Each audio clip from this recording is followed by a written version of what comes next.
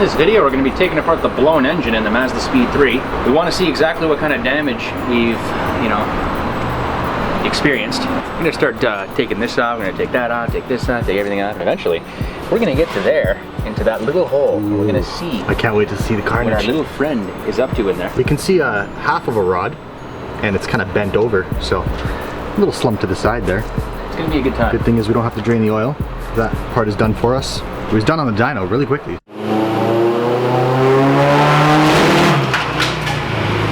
First step is we're going to strip all the accessories and just have the valve cover head and block, and then we're going to go into the fun parts. It looks like we're cleaning the carbon buildup, but that is actually engine oil, and it made its way through everywhere basically. And you can see a bunch of metal shavings there in the PCV area. Cylinder 2 is the culprit. You can see some fire extinguisher powder there left over. You can see the rod there actually. Oh, you can see it pretty well. Yep. See how the rod just stops? There's a lot of carnage. There's no piston, no wrist pin. Some of the piston came out there, and if you look in there, you see pieces of piston. There's a piece of piston right there, actually. You can see where the ring goes. Top half of the piston. Yeah. This thing got battered. Not too much buildup on the top of the piston. We could probably reuse that. You can glue it back together, hopefully. JB Weld, you know? Yeah, there's a lot of stuff in there. We're gonna go in there and we're gonna show you a detailed look at what an expensive catastrophe looks like. Taking the alternator off right now.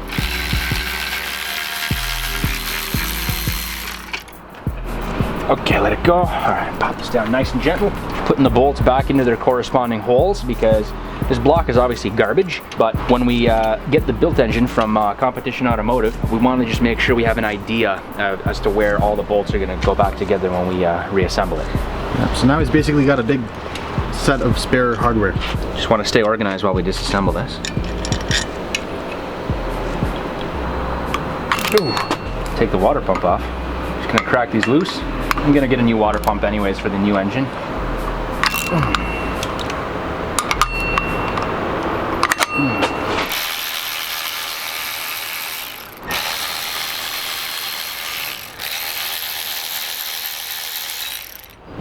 It's only 3/8mm bolt. I might need to reuse this one just if I don't buy one. But how much are water pumps for this build? I don't even know. Maybe I'll just get one. But I still don't want to break this. So hopefully they're cheaper from Look how easy this is. It's a Ford design, so it's. Look at that. Ooh. Whoa! Okay. All right, I'm just a little wet now. That's all. This idler pulley has a lot of play in it. I'm going to replace that.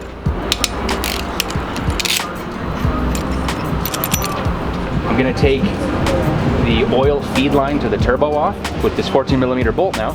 This is going to be thrown away. We're not going to be using this anymore. We're going to have a custom feed line made because with the built engine, the B&R S4s tend to get contaminated with engine break-in material. So we're going to have to go with a custom line, and more on that in another video. I got it. I got tools. Oh, never mind. Don't lose that. Yep, there's no filter in here. No wonder these things get contaminated. There's no filter from factory. We're going to take the EGR valve off now. I've already loosened it. If you guys haven't subscribed to our channel yet, make sure to hit the subscribe button and the notification bell to know when we upload new videos, as well as to see the built engine being assembled in the near future. You can see with the EGR valve here how it works. You got exhaust gases. If you look here, it only gets the EGR gases, the exhaust gases from cylinder 4. It goes through the hole, goes back into the head, it comes in through here, and then gets recirculated through this top port, through the pipe, and then back to the intake manifold. This valve is currently closed, so if you keep it closed, theoretically you're never going to get any exhaust gases going through.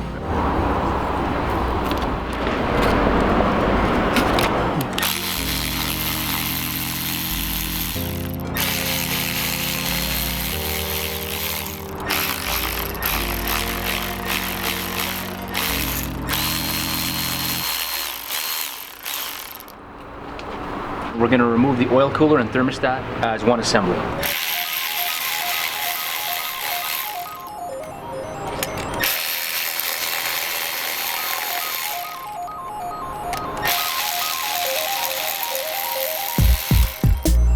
Remember when we first started welding? Inclusions. Can I see you get this out by hand?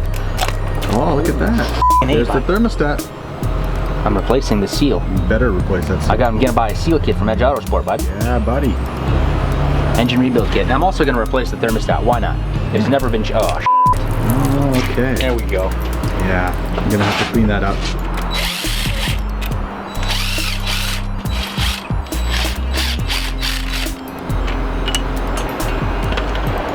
Ooh, we got some oil, that's fine. You can clean that. Okay, I'm gonna take the high pressure fuel pump off now. What I don't get is why do they use these fucking tiny reverse torques? It's so you strip them. Look at how small those reverse torques are. Gotta make sure you're on there. I'm gonna clean out the high pressure fuel pump as well. You get in there and you take your time. You do the best you can so that the new engine, look at that. Autotech high pressure fuel pump internals, baby. There's like no wear on that fuel pump tapping. Like, obviously you would need a micrometer to tell if there's wear, but like, it's still a mirror finish. Oh look, you can see me. Holy crap, look at that. Hopefully this thing is back together in time for spring. I think it will. We have a lot of time before spring, you know? So the high pressure fuel pump is off. Open and swallow a wasp. Now we're gonna take off all of the coil packs. To take off the valve cover, we first need to, that's it, just take off the valve cover. And then just a bunch of 8 mils all the way around. Crack them loose so it's easier for us. And we'll zip them off with the gun. Ooh. Oh, they come off way easier than the Volkswagen, that's for sure. Than the 2.0 TSI CCTA. A good indicator of how old you're getting is the more sound you make as you bend down. And when you get out of cars too.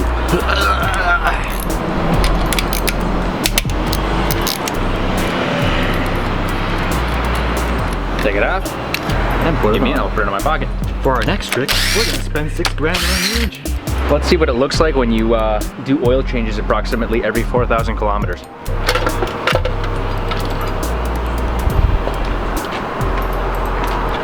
Not too bad, eh?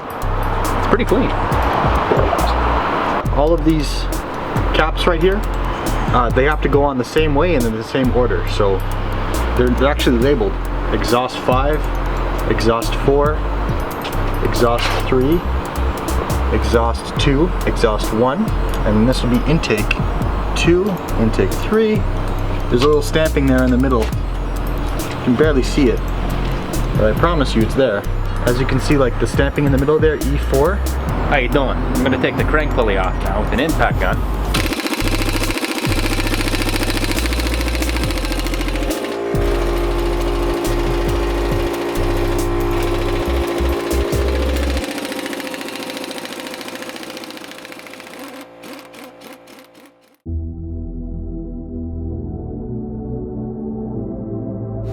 So, basically your engine stays in time pressing up against a friction washer like that. That right there is what's keeping your engine in time. So, and 2 more on the camshaft. Keying the crank might be a good idea. I think we should key the crank at least. Depending on cost and depending on whether it's guaranteed that it's not going to damage anything. I mean, people make big power without doing that, right? They do. But it's a good practice. I really like that your balance shafts are just gear driven from the crankshaft versus my chains. It's just a pain in the ass. It's simpler. Tensioner and all that. We're going to delete that. Look at that. You're doing a balance shaft delete? Yeah. Wow. Look at how clean that is compared to the donor engine. Wow, that is a super simple timing area.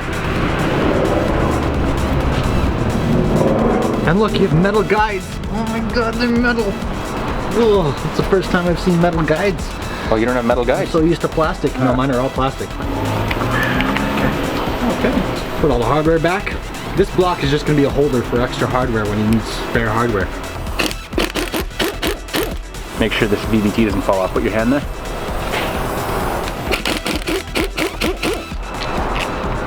Okay. Pretty sharp. This actually just comes off. Wait a minute, is this an engine? Holy sh**. Battery just died. We're waiting for a pizza delivery right now. That's what I'm looking forward to.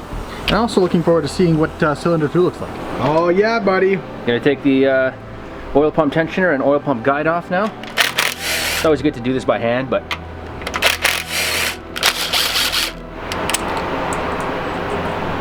and the spring is gone forever.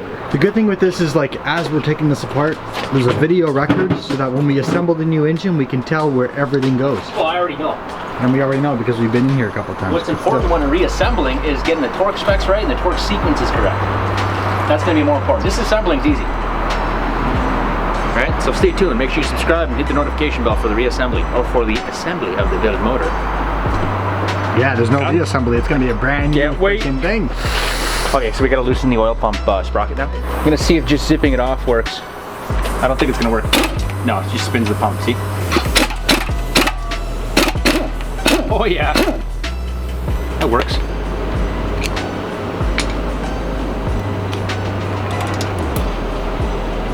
Put this to the side for now. Stick that back in there. I'm gonna take the high pressure fuel pump housing off now. Where's your flashlight, bud? I mean, if you look right there, you see that right in there? What does that look like to you? Does that look like the top of a connecting rod where the wrist pin goes? That is the other half of the cylinder 2 connecting rod underneath the oil pump. I don't know about you, but I don't think it should be there. Ooh, we're just gonna crack them all loose. Crack all the caps loose, the camshafts. We don't actually know the right sequence for loosening, but I'm pretty sure that is not the worst thing that can happen to this engine right now. That's some good PCV crankcase ventilation you got there. We're gonna take the VVT solenoid off right now. Okay. Ooh, this might be reusable.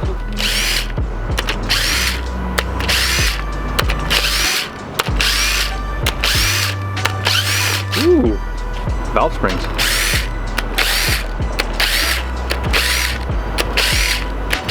Spraying oil everywhere.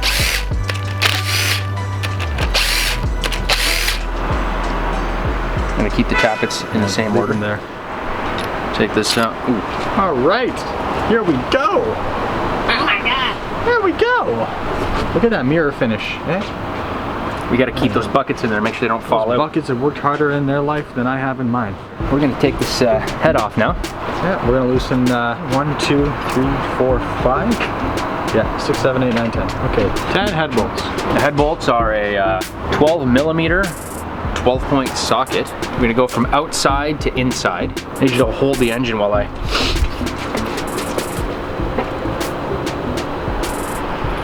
Holy shit. Yeah, the engine stand's moving. You know what, you might have to put the camera down.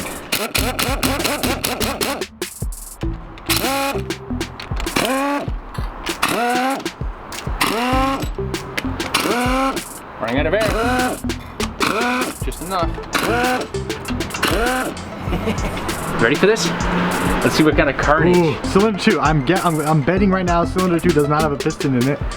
I think the piston is just completely grenaded because pieces of it were in the pan. We're gonna see the crankshaft from cylinder 2. Oh shit. I feel. Okay. Ready? Let's do it. I'm excited. Okay. Oh. Okay. Oh, okay. We need that flashlight. Get your flashlight. Hey, there's some chunks in the other cylinders from cylinder 2. How'd they get in there? What is all this buildup on these valves? Does anybody know what this buildup is? But look, you got chunks of steel here in other cylinders too. How'd that happen? I have no idea. Pieces must have come up through the intake and then got sucked in through the runners into the other cylinders. That's possible. Because there's a lot of oil inside the runners for the intake.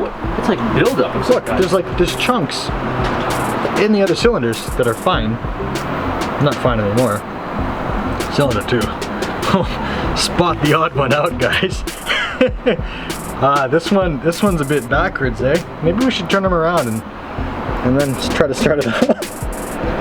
Do you see any signs of detonation? Like in the piston at all? I see signs of pieces. Yeah, but how did that I see happen? a lot of signs of detonation. I see one sign there. I see another sign there. I see another sign there. That is awesome. I mean, it's expensive. Cylinder 2 is just gonzo. It's just in pieces. And there are metal flakes and like chunks of metal in other cylinders from cylinder 2. So my guess is there was so much carnage going on here, and some of that carnage went into the intake runners or exhaust runners and then made their way back into another cylinder. That's messed up, eh? Holy crap, I have never seen anything like that. I'm very inexperienced when it comes to looking at engine carnage. I'm pretty sure this looks normal to a lot of builders, but can you guys, freaking somebody awesome. out there explain to me, can anybody tell me why the exhaust valves are completely caked with carbon of some kind, especially on cylinder 2? It's like this white, crusty layer. Coincidentally, this is the cylinder that blew up. That's the cylinder with like the piston that grenaded, so is that just like... Are these just burnt exhaust valves, or what's going on? Like, why is this completely covered in carbon? I know, when I pulled my exhaust, when I pulled my head off, my exhaust valves were all white, but the thing is, there's like a weird layer on those. Yeah, it's a very thick layer. If anybody has a clue what this is, just please let us know. That might have caused hot spots, causing detonation. Okay, this is the piston from cylinder 2, or what's left of it. I apologize for my overly excitedness, but this is cool. Everyone loves carnage, you know? This is pretty badass. As a kid, I used to crash Lego cars into each other. And I'd like the carnage of pieces flying off them, and this is just like that, except more expensive and cooler. Letting a bit of the oil drain out there now. We're going to start loosening the 10mm bolts for the oil pan. So once that oil is drained out, we'll flip the thing over a bit better. See if I can do it right now. What the hell was that? That was a piece of your piston. Oh, damn. Piece of the piston fell inside the Tim Hortons cup. Chunks of metal falling out. Oh man, this is getting messy real quick. Okay. Okay. Okay, you got chunks of metal. Oh, jeez. Oh, man. That's piston dust. What do you think? I could probably reuse this oil pan, you know? Yeah. Spend a little money on getting it welded back together. It'll be fine. Oh man, this is just... Oh, so many chunks. Where's the wrist pin? Where's the wrist pin? Connecting rod. Connecting rod. That's too funny. Holy crap. That shouldn't be there. Even the girdle got damaged. Oh, the girdle's The whole battered. thing got destroyed. Holy cow. Jesus. Did the wrist pin just shatter? No, it's hardened steel. I don't know where the wrist pin is. Yeah, where is it? Oh, what's this? It's part of the girdle. Right there. Oh, boy, that's freaking crazy though. Look at the cylinder 2 connecting rod. There was a wrist pin on here at some point. I think it, did it just, like how did it fail? I think it just kind of gave out. This is wire. This is from the oil scraper maybe? I have no idea. Oh, some piston ring here. Let's take the balance shaft up. Yeah, all the chunks on the floor. All the chunks on the floor. Just all the chunks on the floor. oh man. This thing got broken down. This thing got injured. Okay. This thing has seen better days, I'll tell you that much. It's like, I'm surprised the plastic pickup didn't shatter. Yeah. That thing's a trooper. Take the oil pump off first. But yeah, look at how battered this like baffle is. That's not a good. Wait, do that again. That's the oil pickup tube. Hey, the screen worked. The screen did its job. Wow, look at all that crap. That would have went up into the oil galleries. There's a screen, right? Yeah, that screen saved it. So the bearings are probably good. That's what the screen's for. Oil pump and then balance shaft. Here's the oil pump. We're gonna put it to the side. It looks like the screen did its job on the oil pickup tube there. Okay, we're gonna take the balance shaft assembly off right now. Now there are some shims under here that you're supposed to keep track of. Well, this block is garbage. So. Yeah. Oh, that's pretty loose already. So is the balance shaft assembly now. Plus, you're doing a balance shaft delete on the new engine. Yep. Oh, that's kind of loose. That's not the least of your. That's the least of your worries. Why is it so loose? The little window here. Wow, look at this. Look at this bolt. It's bent. Is the bolt bent? The bolt is bent. The bolt is bent. The balance shaft bent the bolt because the balance shaft took a hit and bent the bolt. It's all bent up. Something got massacred. Yeah, that one's bent too. Yeah, the whole balance shaft jumped off its seat. Oh yeah, these bolts are bent. Look. It curves upwards. Yeah. Give me that. Those are garbage. Where's Mr. Wristpin? I'm curious now. Maybe it did shatter. Oh yeah, there's shims right there. Who cares There's about a the shim there.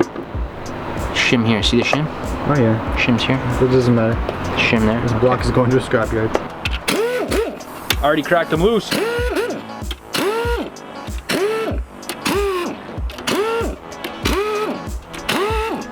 Yeah, you don't want to use an impact gun to loosen main cap bolts because you know you don't really want to like damage anything.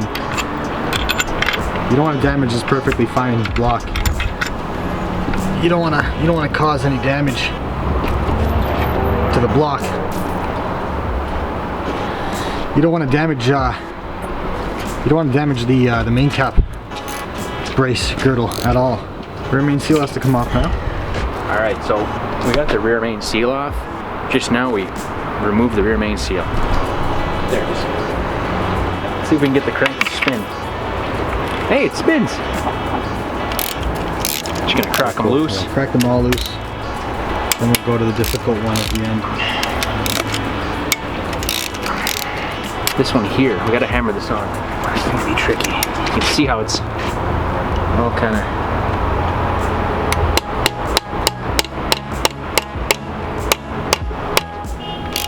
There we go. Oh, there you go.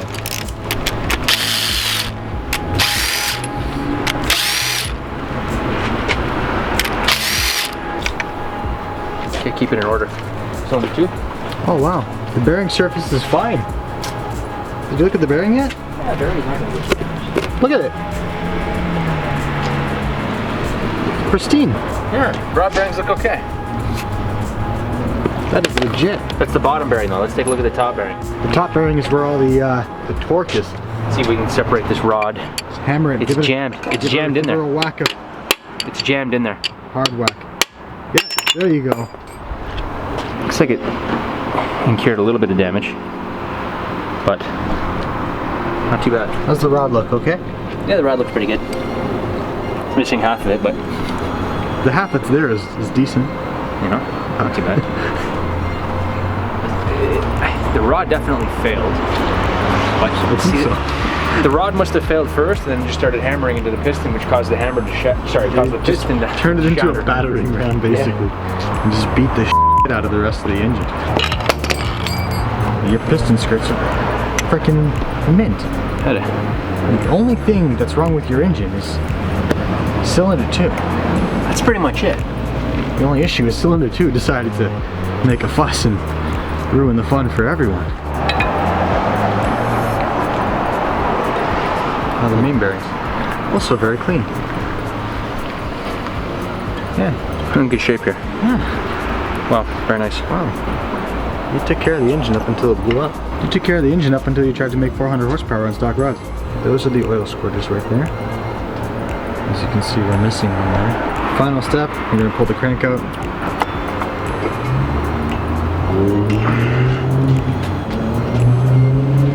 Look at that. The main bearings look like they're in perfect condition.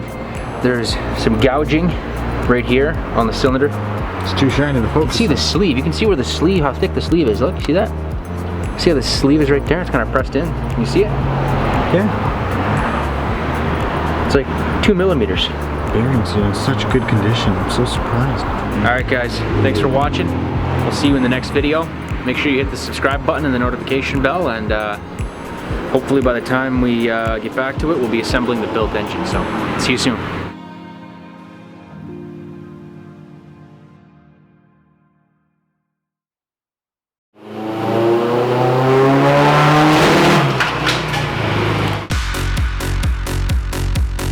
We'll be right back.